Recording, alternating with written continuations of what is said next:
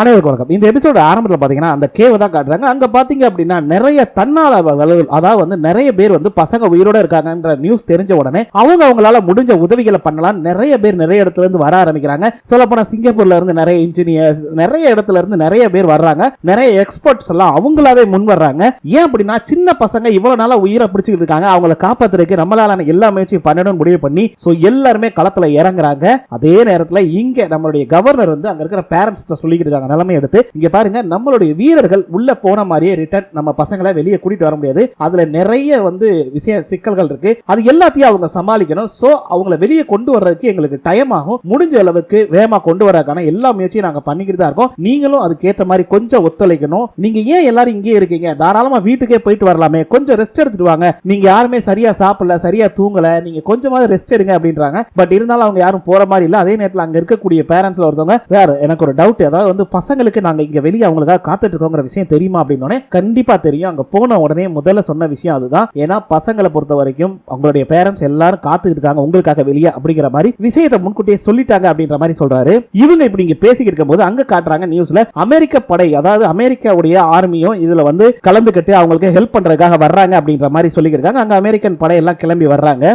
இங்க நம்ம பியா, அதுக்கப்புறம் கவர்னர் எல்லாருமே வந்துகிட்டு இருக்காங்க. வந்துகிட்டு இருக்கும்போது பாத்தீங்கன்னா கவர்னர்ட்ட பியா வந்து கேக்குறாங்க, இல்ல நானும் இந்த ரெஸ்கியூ மிஷன்ல இருக்கணும், இங்க பாருங்க ஃபாரின் காரங்க வந்துகிட்டு இருக்காங்க சார் அப்படின்றப்ப, ஓகே அமெரிக்கன் டீம்ஸ் வரட்டும் அப்படின்னு சொல்லிட்டு இருக்காங்க. இவங்க வந்து இல்ல நான் கலந்துக்குவேன் அப்படின்றப்ப அங்க இருக்கிற ஒரு இல்ல இந்த மிலிட்டரி கண்ட்ரோல் போயிடுச்சு, கண்டிப்பா உங்களால வர முடியாது அப்படின்றப்ப, இங்க பாருங்க இந்த கார்டுகளை பத்தி எனக்கு நல்லா தெரியும், அதனால நான் என்னுடைய ஹெல்ப் கொடுத்தே ஆகணும். அதே நேரத்தில் என்ன நீங்க ரிப்போர்ட் பண்ண வந்தீங்கன்னு கவர்னர் கேட்க, சார் ஆக்சுவலி டாய்லெட் பேப்பர் இல்லையா அப்படின்னா, என்ன சொல்றீங்க, இங்க என்ன பிரச்சனை போயிட்டு இருக்கு, டாய்லெட் பேப்பர்ல ஒரு இஷ்யூவா, ஏன் நேவி சீல்ஸ் எல்லாம் என்ன பண்ணிக்கிட்டு இருக்காங்க, அவங்க அதுக்காக எல்லா நேரத்திலும் மெட்டீரியல்ஸ் எல்லாத்தையும் கொண்டு வரக்கு எல்லா வகையிலும் உதவி பண்ணிட்டு தான் இருக்காங்க அப்படின்றப்ப, எங்க சார் அவங்க டேபிள் சேர் அதுன்னு அங்கேயே உட்கார்ந்து கட்டாந்தரை தேய்ச்ச மாதிரி தேய்ச்சிக்கிட்டு இருக்காங்க, அவங்க எல்லாம் வந்து சரிப்பட்டு வர மாட்டாங்க சார் அப்படின்றாங்க. அது மட்டும் இல்லாம ஃபாரின் காரங்களும் டாய்லெட் பேப்பர் அதிகமா யூஸ் பண்றாங்க அப்படின்றப்ப இவங்க வந்து அப்படியே பாக்குறாரு, இங்க பாருங்க சார், நான் இந்த டாய்லெட் பேப்பர் அரேஞ்ச் பண்றதோ வெதர் ரிப்போர்ட் கேட்கறதோ இதுக்காக வந்து நான் ஆசைப்படல சார், நான் ரெஸ்கியூ மிஷன்ல நிறைய ஹெல்ப் பண்ணணும்னு ஆசைப்படுறேன் அப்படின்னு சொல்றாங்க. சோ இப்படி சொல்லிக்கிட்டே வரும்போது பாத்தீங்கன்னா அங்க அமெரிக்கன் படை வீரர்கள் வந்து இறங்கிடுறாங்க. சும்மா கெத்தா வந்து இறங்குறானுங்க இவனுங்க.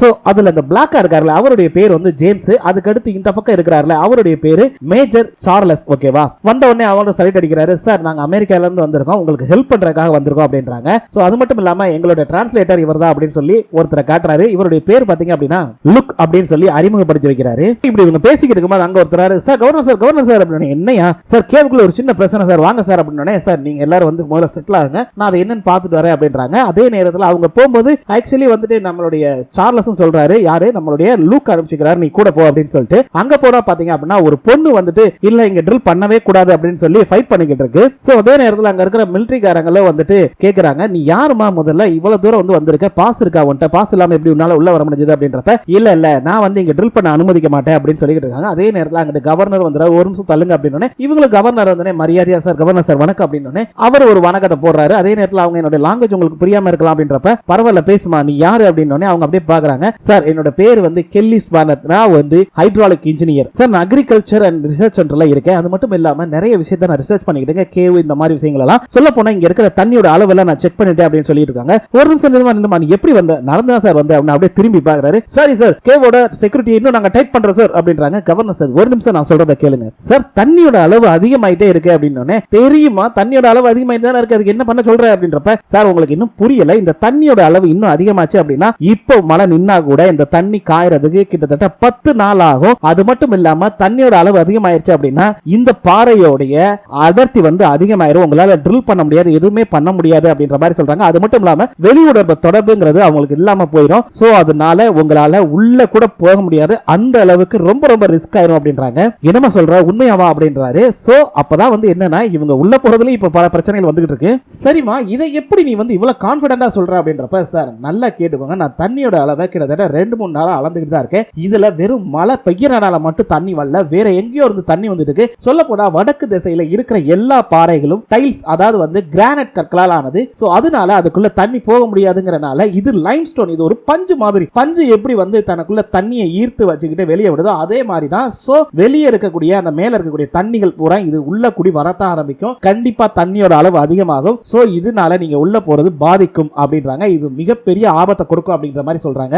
அவங்களும் போய் இங்க பாருங்க இதுதான் பிஎன்ஆர் அப்படின்னு காட்டுறாங்க. என்னது அப்படின்னா இல்ல அது வந்து சூழ்நிலையை ரிவர்ஸ் பண்ண முடியாது, அதாவது டேஞ்சரஸ் ஜோன் சொல்லுவாங்க. தண்ணியோட அளவு அதிகமாயிடுச்சு அப்படின்னா நம்மளால போக முடியாது, அதுக்காக தான் அந்த அளவு அப்படின்றாங்க. சோ அவங்க அதை சொல்றாங்க, சார் இங்க பாருங்க, இன்னொரு 4 மணி நேரத்துக்குள்ள நீங்க வந்து இந்த ரெஸ்கியூ ஆபரேஷன் நடத்தல அப்படின்னா கண்டிப்பா சிக்கல் தான் நடக்கும். தண்ணியோட அளவு இந்த ரெட் டேப்பை விட்டு தாண்டிச்சு அப்படின்னா வெளி உலக தொடர்பு டோட்டலா கட் ஆயிரும், உள்ளேயும் போக முடியாது வெளியும் வர முடியாது, எல்லாருமே அங்கே லாக் ஆயிக்குவாங்க அப்படின்றாங்க. சரி ஓகே, இதுக்கு என்னதான் மாற்று வழி இருக்கு அப்படின்றப்ப அவங்க அப்படியே யோசிக்கிறாங்க. அதே நேரத்தில் எப்ப திரும்ப உள்ள போக முடியும் தண்ணி வத்துன்னு கேட்கும்போது அக்டோபர்ல தான் நடக்கும் அப்படின்றாங்க. என்னது 3 மாசமா அப்படின்றப்ப ஆமாங்க, இதுல தண்ணி வத்துறதுக்கு நாள் ஆகும் அப்படின்ற மாதிரி சொல்லிடுறாங்க.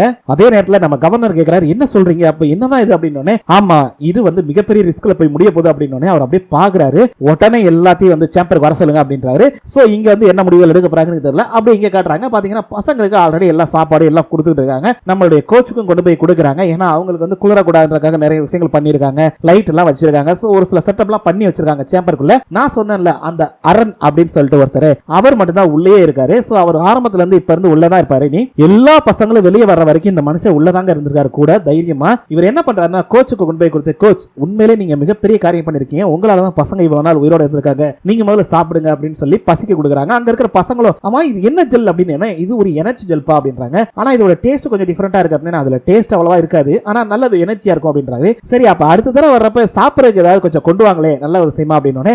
ஓகே ஓகே கொண்டு வரேன் கண்ணா அப்படின்னு சொல்லிக்கிட்டு இருக்காங்க. எல்லாருமே எனக்கு அப்படின்னு கேட்டுக்கிட்டு இருக்காங்க. பசங்களும் கொஞ்சம் ஜாலியா தான் இருக்காங்க, கவலைகளை மறந்து அதெல்லாம் பாத்துக்கலாம்டா வாடா அப்படின்னு. சோ அங்க இருக்கிற பாட்டுலாம் பாடுறாங்க. இந்த பாட்டை என்ன பாடுற கேவலமா இருக்கடா, டேய் வேற பாட்டு தெரிஞ்சா பாட மாட்டடா அப்படின்றாங்க. உடனே அங்க இருக்கிற பைப் அப்படின்ற ஒரு சோல்ஜர் வந்து என்ன பண்றாருன்னா, கவலைப்படாதீங்க அந்த பாட்டை நான் உங்களுக்கு மறக்க வைக்கிறேன் அப்படின்னு சொல்லி அவர் ஒரு மாதிரியா அந்த இதெல்லாம் கட்டிட்டு வந்துட்டு அவர் பாட்டுக்கு டான்ஸ் ஆடி பசங்களை வந்து குஷியா வச்சிருக்காங்க. சோ ஒரு பக்கம் இது நடந்துகிட்டு இருக்கு. அதே நேரத்துல இங்க பாத்தீங்க அப்படின்னா அந்த பொண்ணு சொல்லிச்சுல, இல்ல இன்னொரு 4 மணி நேரம் தான் இருக்கு அப்படின்னு. சோ இப்போ அதுக்கு சொல்யூஷன் கண்டுபிடிக்கணும்ல அவங்க. சோ அதனால எல்லாருமே ஒண்ணு கூடுறாங்க. இப்போ அங்க இருக்கக்கூடிய சீஃப் சொல்றாரு, இல்ல உள்ள போறப்ப எவ்வளவு நம்மளால சாப்பாடு எடுத்துட்டு போக முடியுமோ அவ்வளவு தூரம் உள்ள சாப்பாடு எடுத்துட்டு போங்க. குறைஞ்சது ஒரு 10 நாளைக்கா நம்ம சாப்பாடு எடுத்துட்டு போனோம், அப்பனா தான் அவங்கள ஒரு 10 நாளைக்குள்ள நம்ம இதுக்கான சொல்யூஷனை கண்டுபிடிக்க முடியும், எப்படியாவது வெளியே கொண்டு வரதுக்கான வழிகளை கண்டுபிடிப்போம் அப்படின்றாரு. பட் இங்க இருக்கிற பிரச்சனை என்னங்கிறது அந்த டாக்டர் எடுத்து சொல்றாரு, இல்ல ஆக்சுவலி இங்க என்ன பிரச்சனை அப்படின்னா பசங்க ஆல்ரெடி 10 நாள் வரைக்கும் அங்க இருந்திருக்காங்க. சோ அவங்களுக்கு இப்பதான் சாப்பாடே கிடைச்சிருக்குது. அது மட்டும் இல்லாம அவங்கள நிறைய பேர் நிமோனியா நோயால பாதிக்கப்பட்டிருப்பாங்க. உள்ள போய் நம்மளால டக்குன்னு எக்ஸாமினேஷன் பண்ண முடியாது.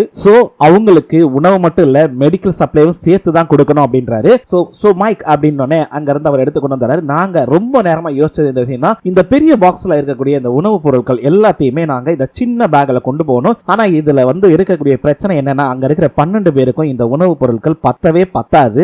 ஒரு டைவரால ஒரே ஒரு பேக் மட்டும் தான் கொண்டு போக முடியும். என்னதான் நம்ம 4 மணி நேரம் முயற்சி பண்ணாலும் அதிகப்படியா நம்மளால கொண்டு போக முடியாது. சோ இதுக்கான சொல்யூஷன் வேணும் அப்படின்னு அவர் கேட்கிறாரு. பட் அதுக்கு நம்ம அமெரிக்காக்காரங்க ஒரு சொல்யூஷன் கொடுக்குறாங்க. நம்ம லூக் இருக்கார்ல, அவர் என்ன பண்றாருன்னா, சார் ஒரு நிமிஷம் இதுக்கான சொல்யூஷன் என்கிட்ட இருக்குன்னு நினைக்கிறேன் அப்படின்னு சொல்லிட்டு அதை காட்டுறா அப்படின்னு அவங்களுக்கு தீட்டு வந்து காட்டுறாங்க. என்ன அப்படின்னா அவங்க வந்து ஒரு சின்ன பாக்ஸ்ல வந்து நிறைய ஃபுட் ஐட்டம்ஸ் வச்சிருக்காங்க. அதை பாக்குற இவங்க இது என்ன ரெடிமேட் சாப்பாடா அப்படின்னு. ஆமா இதுல கிட்டத்தட்ட வந்து 200 கலோரிஸ் இருக்கு, பேர் எம்ஆர்ஐன்னு சொல்லுவோம். சோ இத வந்து நிறைய ஃபிளேவர்ஸ்லாம் இருக்கு, இது லைட்டா அப்படி பிரஸ் பண்ணாலே போதும் ஆட்டோமேட்டிக்கா ஹீட் ஆயிரும், நல்ல சாப்பாடு தான் அப்படின்றாங்க. சோ நீங்க எவ்வளவு வேணாலும் எடுத்துக்கோங்க அப்படின்றாங்க. ஓ அப்படியா அப்படின்னு அதுல கூட பக்கத்துல இருக்காமா இதுல ஃபிளேவர்லாம் வருதா, அமெரிக்கன்ஸ்க்கு நிறைய ஃபிளேவர்ஸ் தான் ரொம்ப பிடிக்கும் அப்படின்றான். சரி ஓகே அப்ப வேலையை ஆரம்பிக்கலாம் அப்படின்னு சொல்லிட்டு எல்லாரும் எடுத்துட்டு கிளம்புறாங்க. போறப்ப கூட நம்ம டாக்டர் சொல்லிட்டு தான் போறோம், ஹலோ கவர்னர் சார், அப்புறம் இதுல வந்து நிறைய எம்ஆர்ஐ இருக்கு அமெரிக்கன் காரங்க கொடுத்துருக்காங்க. பட் என்னதான் வந்து இதுல நாங்க எடுத்துட்டு போனாலுமே ஒரு நாளைக்கு 2 வேளை சாப்பிட்டா கூட 3 நாள் தான் அங்க இருக்கிற கோச் எல்லாருக்கும் சேர்த்து எங்களால கொண்டு போக முடியுது. சோ உங்களுக்கு அதிகபட்சமா 3 நாள் தான் இருக்கு, அந்த 3 நாளுக்குள்ள எல்லாத்தையும் வெளியே எடுக்கிறதுக்கு பாருங்க, இதுக்கான மாற்று வழியை கண்டுபிடிங்க அப்படின்னு சொல்றாரு.